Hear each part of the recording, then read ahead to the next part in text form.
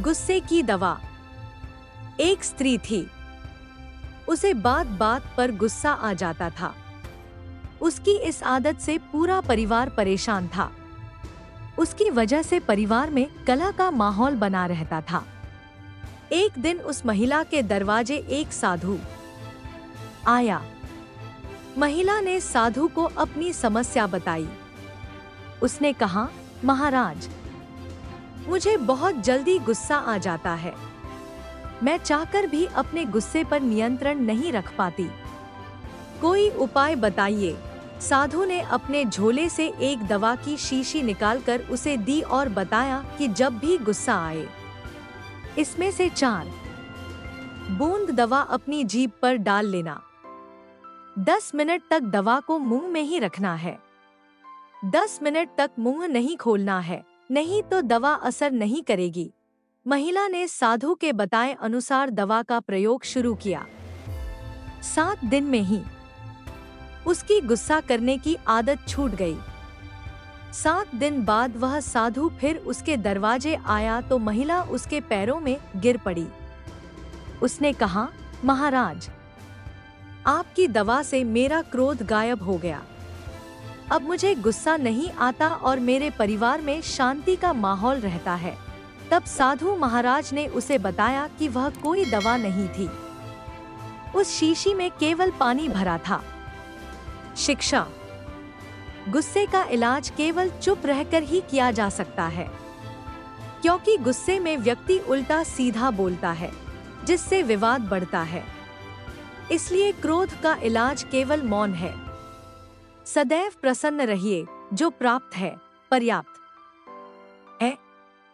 जिसका मन मस्त है उसके पास समस्त है। वास्तविक मूल्य। बहुत समय पहले की बात है। किसी गांव में एक बूढ़ा व्यक्ति रहता था। उसके 2 बेटे थे। बूढ़ा वस्तुओं के उपयोग के मामले में कंजूस था और उन्हें बचा कर उपयोग किया करता था। उसके पास एक पुराना चांदी का पात्र था। वह उसकी सबसे मूल्यवान वस्तु थी। उसने उसे संभालकर संदूक में बंद कर रखता था।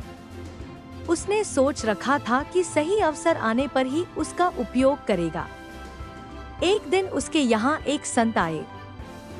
जब उन्हें भोजन परोसा जाने लगा तो एक क्षण को बूढ़े व्यक्ति के मन में विचार आया कि क्यों न संत को चांदी के पात्र में भोजन परोसूं।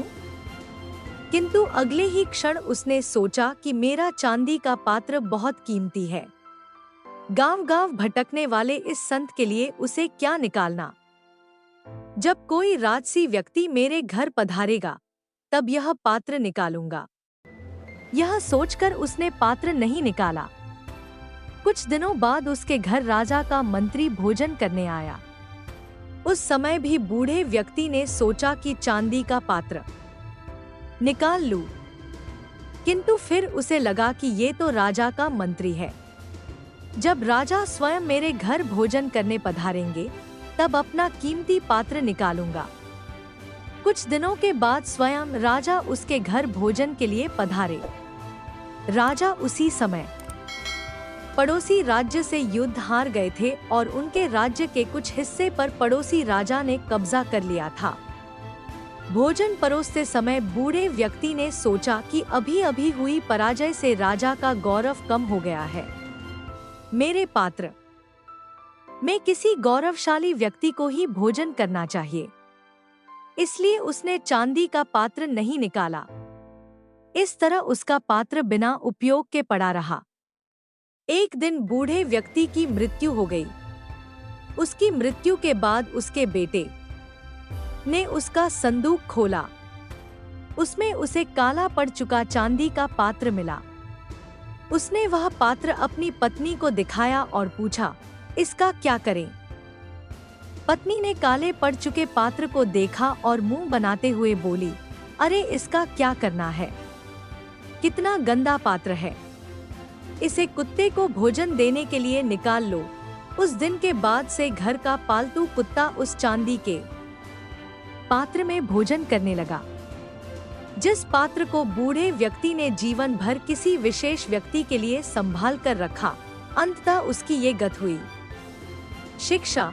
मित्रों, किसी वस्तु का मूल्य तभी है जब वह उपयोग में लाई जा सके।